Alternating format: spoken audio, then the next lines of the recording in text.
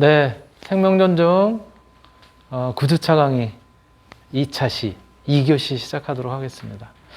우리가 조금 전에 1교시에 오늘 성 관련 사회 문제 이해라고 하는 주제로 다루고 있는 미투 운동이 언제 어떠한 의도로 시작이 됐는지에 대한 것부터 이제 시작을 해서 그래서 뉴욕 타임스에 게재가 되어 있었던 영화 제작사 하비 와인스틴의 성범죄 관련 그런 그 매스컴의 보도를 갖다가 이제 계기로 해서 들불처럼 영화계뿐만이 아니라 또 그것이 우리나라에까지 그런 운동이 이제 건너와서 우리나라에서도 최영미 시인의 괴물이라고 하는 그런 그 시가 발표되는가 하면 또 서지영 검사의 어떤 이제 성 관련 그런 문제들 직접 이제 방송에 보도가 됐고요.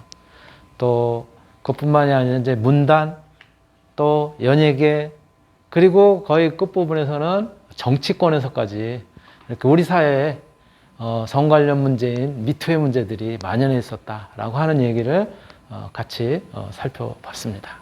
자, 이렇게 미투가 우리 사회에 만연해 있었던 이제 그런 과정에서 또 영화계에서도 우리나라에서 아주 유명한 영화 감독으로 알려진 김기덕 감독의 미투의 문제가 이제 또 터지게 되는 것이죠. 같이 그 영상도 보시겠습니다.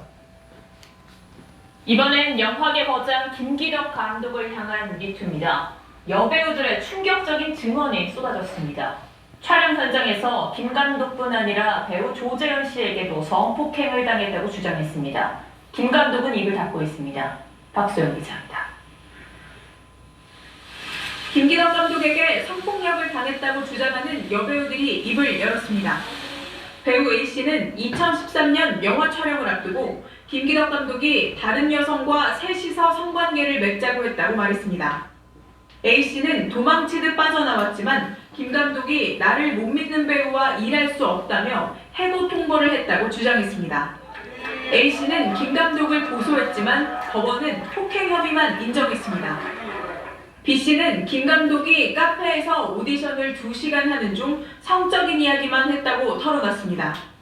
김 감독과 영화 단짝인 배우 조재현 씨, 2명에게 잇따라 성폭행당했다는 여배우도 있었습니다. C씨는 촬영장 숙소에서 김 감독과 조 씨의 매니저가 밤마다 방문을 두드렸다고 했습니다. 영화보다 성관계가 목적인 것 같았다며 무섭고 지옥 같았다고 털어놨습니다. 촬영 현장이라든지 촬영하는 감독에 대해서 어떤 문제를 제기했다 이렇게 되면 사실상 다음 영화에서는 배제될 것이 뻔하고 배우 생명을 모두 걸고 얘기를 해야 될 만큼 김 감독은 MBC 시사 프로그램에 문자를 보내 혐의를 부인했습니다. 김 감독은 감독 지위를 이용해 욕구를 채우거나 동의 없이 성관계를 한 적은 없다고 했습니다. TV조선 박소영입니다. 네, 세계적인 영화제에서 감독상도 받고 또 우리나라를 대표하는 감독으로 그렇게 알려져 있었던 김기덕 감독조차도 이런 이제 미투 운동의 그런 이제 가해자로 이렇게 이제 지목이 되는 그런 그 보도들도 이제 등장을 하게 되는데 결국은 이러한 일로 인해 가지고 이제 영화계를 갖다 떠나서 도피 생활을 하다가 그랬다가 이제 유명을 달리하게 됐죠. 김기덕 감독도. 좀 안타까운 일이지만. 네, 이런 것들은 결국은 이제 우리 사회 전반적으로 이렇게 퍼져 있었던 그런 이제 문제다. 특히 이렇게 이제 공개적으로 어떤 연예계라든가 또는 어떤 문단 이런 데서도 이제 나왔었던 이야기이긴 하지만은 직장 내에서는 직장 내라는 것이 이제 그렇잖아요. 일을 갖다 할 수밖에 없는 그런 이제 상황인데 직장 내에서도 이러한 미투의 문제 또 괴롭힘의 문제 이런 것들이 끊임없다는 거예요. 우리 사회에. 자, 그리고 대학 내에서도 마찬가지 이런 일들이 있었다는 거죠. 거리 행진에 나섰습니다. 해당 교수는 제자를 성폭행한 혐의로 경찰 수사를 받고 있습니다. 배정훈 기자입니다. 80여 명의 성신여대 학생들이 분홍색 손팻말을 들고 줄지어 행진합니다. 카랑카랑한 목소리로 힘주어 외칩니다.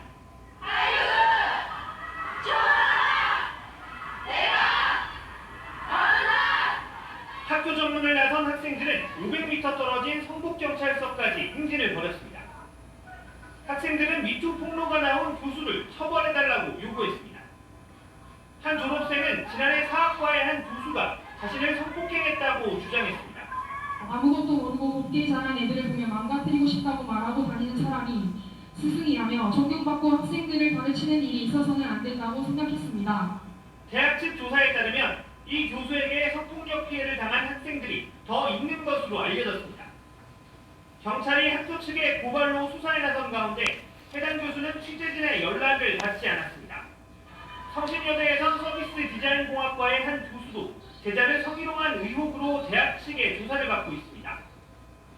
학생들은 미투 폭로가 나온 교수들의 연구실 주변을 항의의 뜻을 담은 메모지로 채우며 강력한 처벌을 요구하고 있습니다. SBS 배정훈입니다. 네, 신성한 학문의 전당. 대학 내에서도 참 안타깝지만 이런 일들이 일어났다는 이제 뉴스도 접하게 되고요.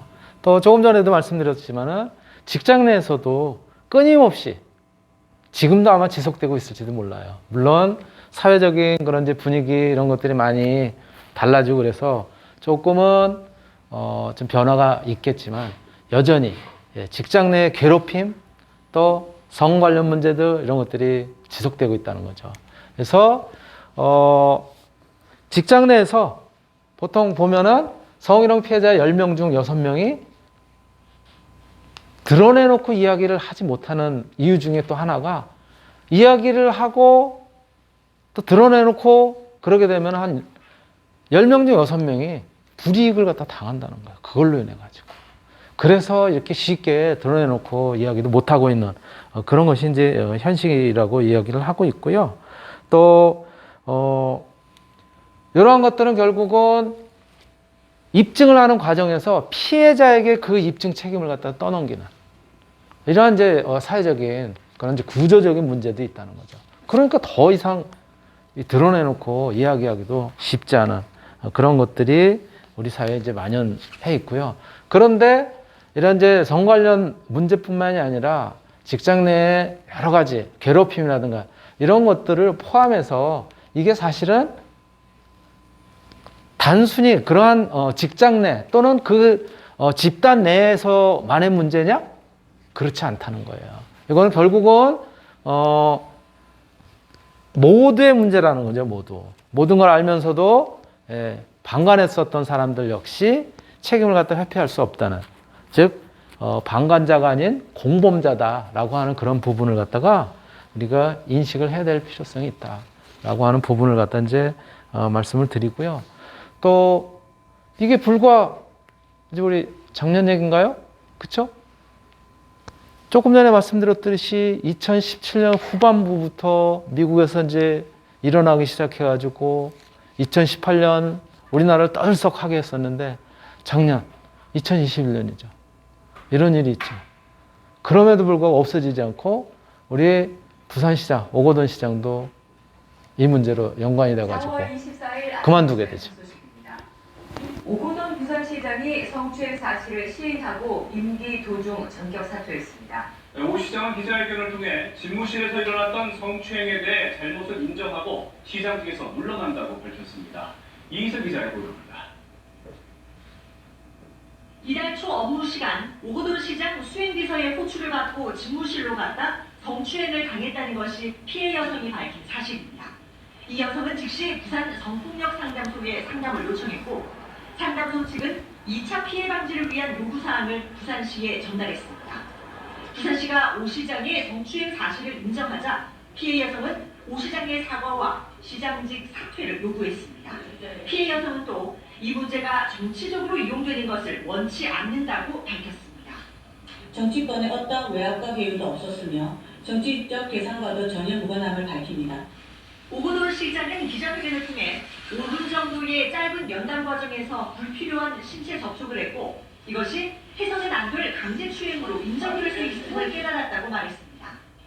오 시장은 경중에 상관없이 어떤 말로도 용서받지 못할 행위임을 알고 있다며 이러한 잘못을 안고 시장직을 계속 수행한다는 것은 부산시장으로서의 도리가 아니라고 생각한다며 울먹이기도 했습니다.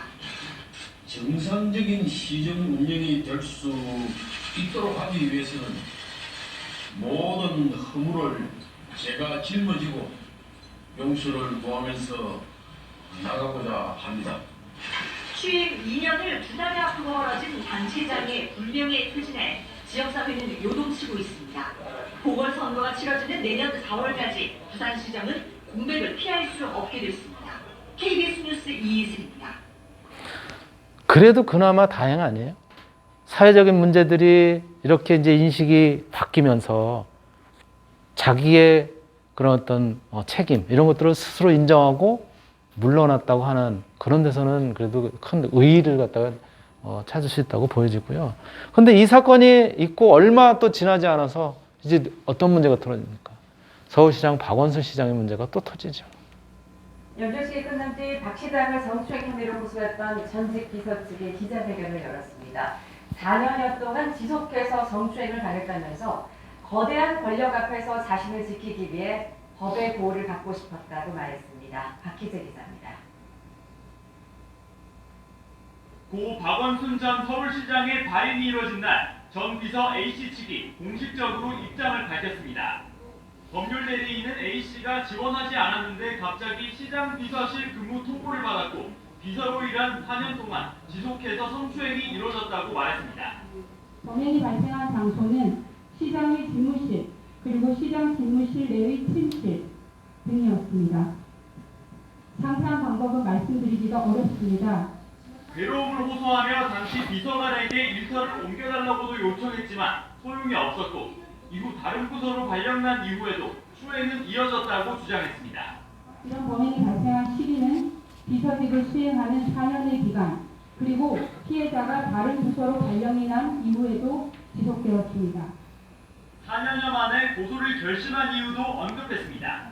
거대한 권력 앞에서 힘없고 약한 저 스스로를 지키기 위해 공정하고 평등한 법의 보호를 받고 싶었습니다. 변호인은 가짜 고소장이 퍼지고 고소인에 대한 신상 추적 등 2차 가해가 이어져 추가 고소했다고 밝혔습니다. 고소인 외에 다른 피해자가 있었는지는 모른다고 덧붙였습니다. 경찰은 고소인에 대한 신변보호 조치에 들어간 상태입니다. 변호인 측으로부터 추가 고소장을 접수한 경찰은 인터넷에 A씨를 사칭해 가짜 고소장을 유포한 유리꾼 등에 대해 수사를 진행할 방침입니다. YTN 박희재입니다. 네, 이런 다양한 유형의 또 다양한 그런 어떤 집단에서의 성폭력 문제, 미투의 문제. 이거는 어떤 피해자가 잘못했다기보다는 결정적인 거는 가해자에게 원인이 있다는 것이죠. 그럼에도 불구하고 마치 피해자가 뭐 옷차림이 그래서 또는 뭐 평소에 행실이 안 좋아서 이렇게 몰아가는 그런 우리 사회 분위기도 사실은 커다란 문제인 것이죠. 그래서 페미니스트라는 게 소위 극단주의자들 남자들이 무조건 범죄자가 이렇게 하니까 남자들 무조건 의리거든요. 그래서 이런 거 조금 얘네들이 주장을 들어도 이해는 그러니까 왜냐면 대선 결과에서도 그럼 이렇게 나눠지잖아요. 그런데 여러 가지 우리가 생각할 요소가 있기는 하지만 그러나 큰 틀에서 봤을 때 우리가 어떻게 드려야 될지 그런 부분들은 이제 고민할 필요가 있는 것이죠. 자, 이따 이제 질문 시간에 또 이제 이야기를 듣기로 하고요. 자, 그렇다면 이렇게 성폭력 문제는 결국은 그래도 피해자의 문제가 아니라 가해자 문제라는 거죠. 예, 가해자가 없으면 그런 문제들이 일어나지도 않겠죠. 그렇죠? 예, 그 영상도 같이 한번 보시겠습니다. 여성 등산객을 성폭행하려다 살해하고 20대 여성 교사를 살해로 성폭행한 주민 3명이 범행 후에도 납득하기 어려운 태도를 자주 보이고 있습니다.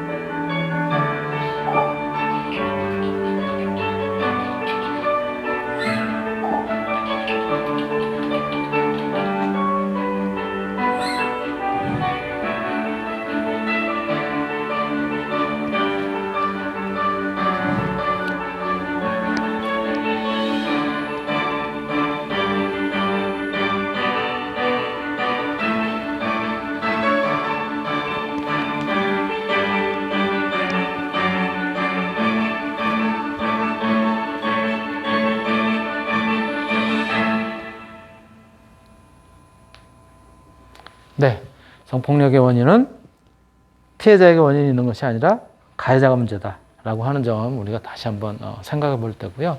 자, 그렇다면 여러분들은 이 성폭력을 어떠한 시선으로 바라보시나요? 네, 그 영상 같이 한번 또 보시겠습니다. 체육계에서 벌어지는 폭행과 예. 성폭력, 어제 오늘의 일이 아닙니다. 체육계도 마찬가지 예외가 아니라는 거죠. 예. 폭행과 성폭력을 고발해 체육계 부끄러운 민낯이 드러나기도 했는데요. 이를 계기로 제정된 운동선수보호법이 곧 시행될 예정이지만 실효성이 있을지는 의문입니다. 신준명 기자입니다. 코치와 선배 선수들에게 19분간 폭행, 휴대전화 감시까지 받았던 고 최숙현 선수는 지난달 결국 극단적인 선택을 했습니다. 앞서 지난해 심석희 선수가 고등학교 때부터 조재범 전 코치에게 폭행과 성폭행을 당했다고 고소하면서 체육계의 악행이 수면 위로 드러나 큰 충격을 줬습니다. 이를 계기로 국회는 이른바 운동선수 보호법을 제정했습니다. 폭행이나 성폭력을 저지른 체육 지도자들에 대한 처벌을 강화하고 문체부 산하의 스포츠 윤리센터를 만들어 선수 인권을 보호하도록 하는 게 핵심입니다. 하지만 신고 접수와 조사만 명시됐을 뿐 피해자를 보호하는 구체적인 시행령이나 규칙은 없습니다. 실업팀 운동선수의 절반이 보복과 불이익이 두려워 신고조차 못하는 상황에서 적발 뒤 처벌 강화에 초점이 맞춰진 운동선수 보호법이 과연 실효성이 있겠느냐는 지적이 나오는 이유입니다. 초등학생 때 당했던 코치의 성폭행을 폭로해 스포츠계 미투 1호로 불리는 김은희 테니스 코치도 이 법만으론 고질적인 체육계의 적폐를 막을 수 없다고 말합니다. 신고를 많이 할 수 있는 환경, 안전한 환경을 구축하는 게 신고도 많이 받고 신고를 많이 받아서 처벌을 하고 그렇게 해서 예방 효과를 얻을 수 있는 이렇게 선순환 구조가 되는 것 같은데 아직 그런 구조가 안 되는 것 같아요. 최 선수의 비극적인 사연이 알려진 뒤 국회는 신속한 사건 처리나 피해자 보호 강화, 자격박탈 대상 확대 등을 포함한 후속 입법 마련에 들어갔습니다. 이번 법안에선 선수들을 보호하는 예방적 대책이 마련될 수 있을지 주목됩니다. YTN 신주명입니다. 이렇게 거의 진짜 우리 그 사회 모든 분야에서 아직도 드러나지 않은 그런 또 분야도 있겠죠. 그렇죠? 그러나 이제 사회적인 어떤 인식들이 성 관련 인지의 문제들이 분명히 바뀌고 있고 또 많이 바뀌었다라고 하는 것들은 우리가 느낄 수 있을 거예요, 여러분들도. 자, 바로 성폭력을 바라보는 여러분의 시선, 또 우리들의 시선은 어떤 것인지 정리해 놓은 그 영상 같이 한번 보시도록 하겠습니다. 성폭력이 일어난 이후의 또 다른 문제점은 무엇일까요? 바로 피해자들이 수치심 때문에 피해 사실을 숨기려 한다는 것입니다. 엄연한 피해자임에도 불구하고 중립 손가락질이나 남들의 시선이 두려워 혼자서 그 고통을 힘겹게 참아내는 것입니다. 하지만 이러한 행동은 자칫 정신적인 2차 피해로 이어져 피해자들에게 더 크나큰 고통을 받게 할 수 있습니다. 그렇다면 이렇게 피해자가 침묵하는 이유는 무엇일까요? 그것은 바로 성폭력 피해자가 원인을 제공했을 거란 우리 사회의 통념. 이는 또 다른 피해자에게 또 다른 폭력과 아픔을 줄 뿐만 아니라 그 속에서는 결코 성폭력 피해자를 보호하는 울타리는 없습니다. 그리고 법으로는 물론 사회적 시선으로부터도 보호받지 못하는 피해자들은 더 큰 자책감과 상처 속에서 결국 침묵하고 맙니다.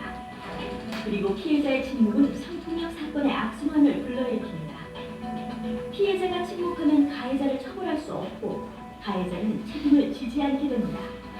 가해자는 힘이 있는 사람은 가해를 해도 되고 처벌도 받지 않는다고 생각을 하게 되며 폭력의 악순환이 계속 이어지는 것입니다.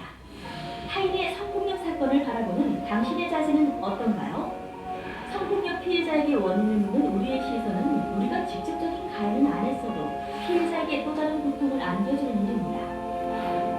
사회 분위기는 가해자의 책임을 묻지 않아서 또 다른 가해가 더욱 쉽게 일어날 수 있게 됩니다. 우리 사회의 성폭력을 방지하는 것과 또는 가중시키는 것도 우리 모두가 책임져야 하는 부분입니다. 세상 사람 그 누구도 자신이 가해자나 피해자가 되길 원하지 않습니다. 상대적으로 선택하기 쉬운 방관자가 되죠. 눈과 먼지를 감으면 적어도 자신에게는 아무 일도 일어나지 않으니까. 그 수많은 방관자 중에 단 한 명만이라도 눈을 떠준다면 한 사람의 영혼이 완전히 파괴되는 일은 없을 겁니다. 피해자를 보호하고 지지하는 사회적 분위기가 형성될 때 더 이상 침묵하지 않고 스스로 목소리를 낼 수 있습니다. 성폭력을 예방하는 것은 우리가 가진 잘못된 인식을 버리는 것부터 시작해야 합니다. 네, 사실은 이제 더 이상 제가 수업 시간에 성 관련 사회 문제로 이렇게 미투와 관련된 이런 이야기를 갖다가 하지 않는 그런 사회가 이제 사실은 돼야 되겠죠. 그렇죠? 우리 모두가 또 피해자를 갖다가 따뜻하게 보듬고 그리고 이런 어떤 그 성인지 감수적인 측면에서도 좀 더 상대를 갖다 배려하고 이제 그런 부분이 이제 필요할 거예요. 자, 조금 마지막으로는 우리 이제 중앙대 사회학과 교수님의 이나영 교수님의 이 성 관련 문제는 결국은 나쁜 어떤 사람, 어떤 남자, 뭐 여자일 수도 있어요. 한 사람만의 문제가 아니다라는 거예요. 우리 사회 구성원 전부가 공감하고 그리고 해결하려고 노력할 때 이 성 관련 사회 문제, 미투의 문제는 해결될 수 있을 것이다 라는 그런 이제 이야기를 하십니다. 같이 그 내용 같이 한번 들어보도록 하겠습니다.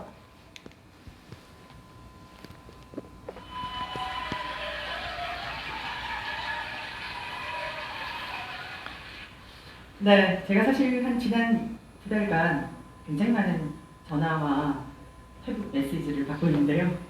주로 이제 피해자들 얘기입니다. 굉장히 많은 여성분들이 어린 시절에 학습지 선생님이 자기한테 했던 말, 행동 이런 것들이 생각해보니까 성추행이었구나.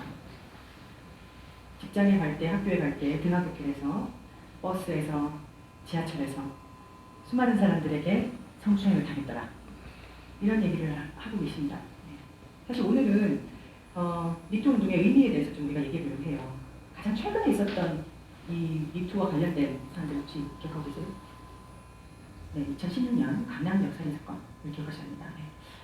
강남역의 한 빌딩에서 여성이 이제 화장실에 갔는데 천이 살해당한 사건이 있었죠. 근데 이 사건이 굉장히 독특한 거는 이전까지 여성이 모르는 남성한테 살인의 피해를 당하면 묵지막 폭력이라고 했단 말이에요. 근데 그 다음날 어떻게 났습니까? SNS를 통해서 이것은 여성 혐오에 기반한 여성 살인이다. 그리고 더 놀라운 것은 그 옆에서 성폭력 필리버스터를 하죠. 그때도 언론들이 굉장히 이상하게 생각했어요. 아니 이 여자는 성폭력 피해를 당하고 살인당한 게 아닌데 왜 성폭력 필리버스터가 옆에서 일어나냐. 여성들은 알고 있었던 거죠. 일상 속에서 늘 느꼈던 불안과 공포. 밤늦게 집에 갈 때 누가 쫓아오지 않아 뒤를 한번 돌아보고 엘리베이터를 타면 중학생, 남학생이 뛰어들어와도 뛰어나가야 될 것 같고 심지어는 막 열심히 누르잖아요. 버튼을.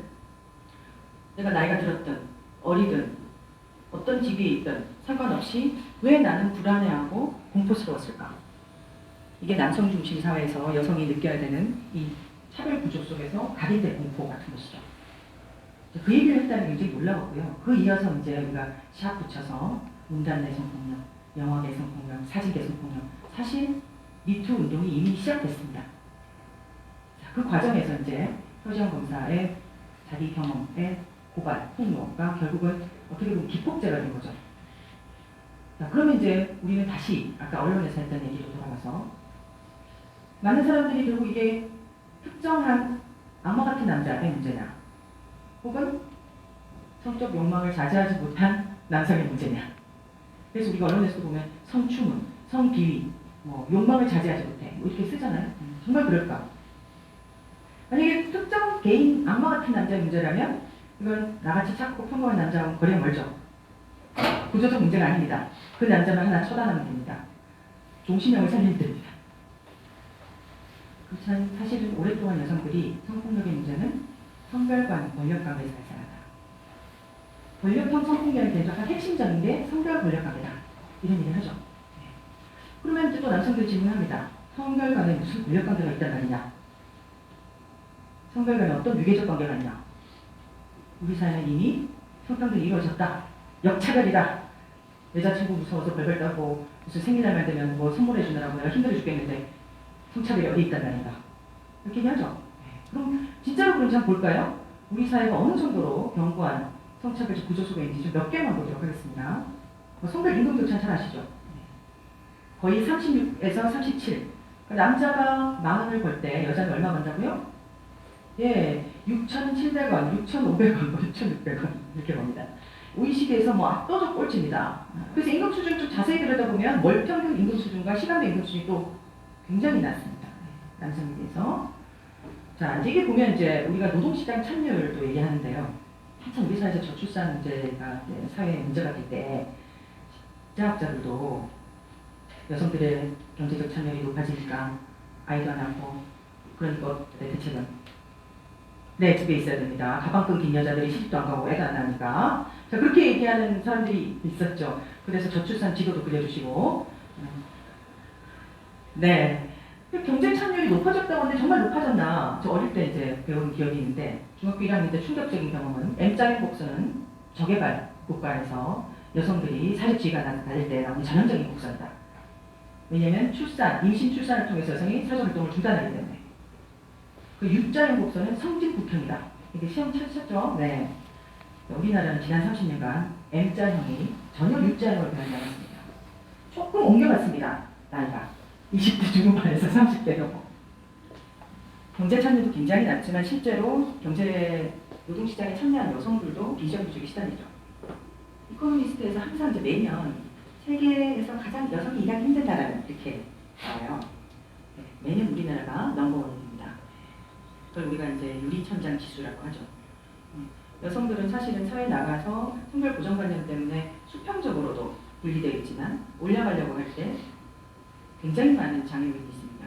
자, 그럼 이런 구조적인 차별이 존재하는데도 불구하고 많은 사람들이 아직도 역차별 얘기를 합니다. 저는 이제 그게 원인이 결국은 한국 사회의 남성성의 문제하고 관계 있다고 생각해요. 사실 우리가 전형적인 남성성 혹은 우리 사회 바람직한 남성성을 했을 때 결국 누군가를 지배하고 통제하고 또 힘이 있고 뭐 이런 거잖아요. 그런 남성성 고정관념에서 자라난 남성들이 여성을 어떻게 대할 것인가? 여성은 사회적으로 보조적 존재, 수동적 존재, 심지어 성적 대상이죠. 그리고 아이를 낳는 도구입니다. 자, 이런 사회에서 당연히 여성이 피해자가 되지만 남성도 피해자가 됩니다. 우리는 인간으로서 감정을 나누는 존재고요. 서로 돌보고 의존합니다. 근데 감정을 나누지 못하게 하죠. 사내 자식이 말이야. 계속해서 자기 감정을 억제하는 훈련을 하죠. 아주 어린 시절부터. 여자아이가 넘어져서 울면 다 가서 안아주죠. 아이고 우리 예쁜 공주님 울지 마. 근데 남자가 넘어지면 어떻게 합니까? 그렇지. 사내 자식이 어디 뭐. 죽도 결국은 안 되죠. 심지어 맞고 오면 나가서 때리고 와야지 어디 맞고 오냐. 그래서 감정을 억제하고 나누지 못하고 심지어 폭력적인 인간으로 키워져요. 남자도 피해자가 되는 거예요. 그러니까 50, 60대의 남성 혼자 사는 사람들 고독사가 가는 거잖아요. 사실은 한국사 여성 노인 빈곤율이 45% 이상입니다. 65세 이상 여성 노인 빈곤율이. 근데 여성 노인들은 자기 스스로가 자기를 돌보고 감정을 알 수 있는 친구가 있고 건강하게 자기가 몸을 돌보는 능력이 있어요. 결국은 고정된 남성성에서 벗어나지 못하면 남성들이 생존하기 어려운 시대가 되죠. 자, 그러면 이제 우리가 역사를 한번 좀 보도록 하겠습니다. 일제강점기부터 자신의 성적 폭력을 폭로하고 얘기한 사람들이 사실상 우리 사회에서 방탕한 여자, 몸버린 여자, 심지어 미친 여자로 취급받아서 사라져갔죠. 그 역사 속에서도 여성들은 꾸준히 여성들의 인권을 이야기하고 보통 사람들의 인권을 같이 개선시키기 위해서 노력을 해왔습니다. 김부남 사건 들어보셨어요? 네. 이분이 어린 시절에 9살 때 성폭력을 합니다. 근데 한참 지나고 나서 거의 20년이 지난 후에 30살이 넘었어요. 30살 가까이 되는 시점에 그 가해자를 찾아서 살해합니다. 50대 남자를 죽였어요. 근데 금품을 탈취하는 흔적도 없고 어떤 개인적 관계도 없어요. 근데 이분이 뭐라고 얘기했냐면 나는 사람을 죽인 게 아니라 짐승을 죽였다. 이렇게 얘기하셨죠. 근데 그때는 사실 우리나라에 성폭력에 관한 법이 없었습니다. 헌법에 정조에 관한 죄가 있었죠. 정조를 잃은 여자는 아무 할 말이 없죠. 그리고 심지어는 그 형법에도 6개월 신고죄. 사건이 발생한 6개월 이내에 본인이 직접 신고해야만 해결될 수 있습니다. 이 사건이 20년 된 거잖아요. 그래서 본인이 직접 처단한 거죠. 이 사건 이후에 수많은 사건들이 발생했고요. 그리고 당시에 한국 여성의 전화, 한국 성폭력 상담소 등 여러 여성단체들이 결합해서 성폭력 특별법을 제정하라는 운동을 합니다. 그래서 드디어 1993년에 국회에서 통과하고 94년에 제정되죠. 자, 이 가운데 또 하나 잊지 말아야 될 사건이 있습니다. 바로 김학순 할머니의 미투 운동이죠. 50년이 넘도록 자신의 피해를 말하지 못하고 여성의 입을 봉쇄했던 그 성노예 피해를 할머니께서 당당히 언론 앞에 고백을 하셨습니다. 물론 그 이전에도 몇 분이 여러 가지 언론 기사를 통해서 자신의 경험을 얘기하긴 했지만 우리 서지영 검사처럼 프레스에 직접 나와서 자신의 경험을 얘기한 건 처음이었어요. 자, 이게 이제 전 세계 여성들을 일깨웠죠. 사실 이 운동이 중요한 거는 일본이 저지른 문제라서 중요한 게 아니고요. 그 전까지는 여성에 대한 성적 폭력이 인권 문제로 박인되지 않았었어요. 취급되지 않았었답니다. 심지어 국제인권규약에도 성폭력이 인권 문제라고 이해되지 않았을 시기예요. 그런데 여성에 대한 폭력은 결국은 보편적 인권 문제에서 중요하게 다뤄야 된다라는 국제인권규약을 다시 쓰고 전 세계 시민들을 각성시킨 굉장히 중요한 미투 운동입니다. 자, 이런 가운데 그러면 이제 우리는 어떻게 해야 될 것인가 고민을 해봐야 되겠죠? 자, 여러분 어떻게 하시겠어요? 저는 사실 이 미투 운동이 단순히 성폭력 고발 운동이 아니고 우리 사회를 전면적으로 개혁하는 사회 개혁 운동, 시민혁명,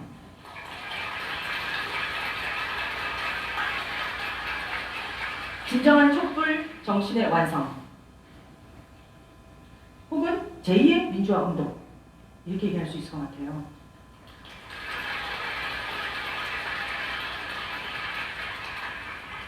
이게 어떤 특정한 페미니스트 단체 혹은 여성을 공부한 학자 이런 사람들이 나선 운동이 아닙니다.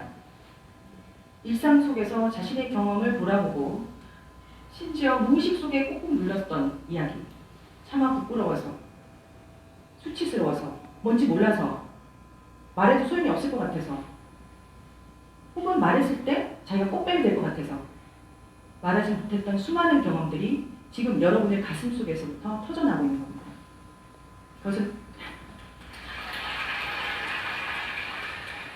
그래서 특정 가해자 한두 명 처단하라는 건 아니죠. 그렇게 민주주의를 얘기하고 해방을 얘기하고 자유를 얘기하고 평등을 얘기하고 인권을 얘기하는데 왜 여성 인권을 얘기하면 갑자기 진영 논리를 얘기하는가?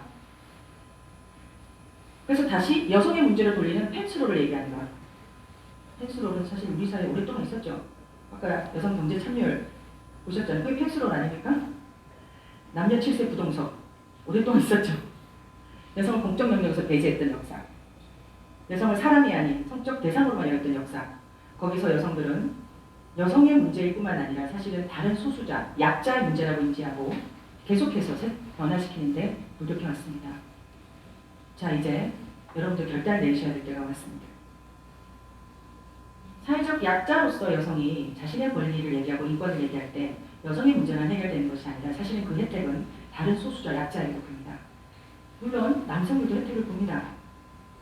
자, 이제 남성들은 어떻게 해야 될 것인가? 예를 들어서 군대 문제가 굉장히 심각하죠. 그럼 이제 보통 우리가 성평등 얘기할 때 남성들이 여성도 군대 가라 그러죠. 자, 그럼 어떻게 해야 돼요? 여성도 군대 가라 할 게 아니라 보다 인권적인 군대 문화를 개선하기 위해서 투쟁해 주세요. 여러분이 여성과 사회적 약자와 손잡고 갈 때 우리 사회는 진정한 민주주의 인권 국가로 거듭날 것입니다. 비록 우리 세대에는 그 꿈을 못 이루더라 할지라도 우리 다음 세대 또 그 다음 세대는 조금 더 평등하고 정의로운 사회를 살 수 있도록 그 꿈을 꾸면서 다 같이 손잡고 걸어갑시다. 감사합니다.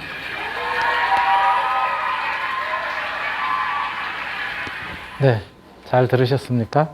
예, 오늘 저하고 같이 성 관련 사회 문제 이해라고 하는 주제로 같이 한번 살펴봤고요. 제가 준비한 내용은 여기까지입니다. 네, 이상으로 오늘 강의를 마치도록 하겠습니다. 네, 감사합니다.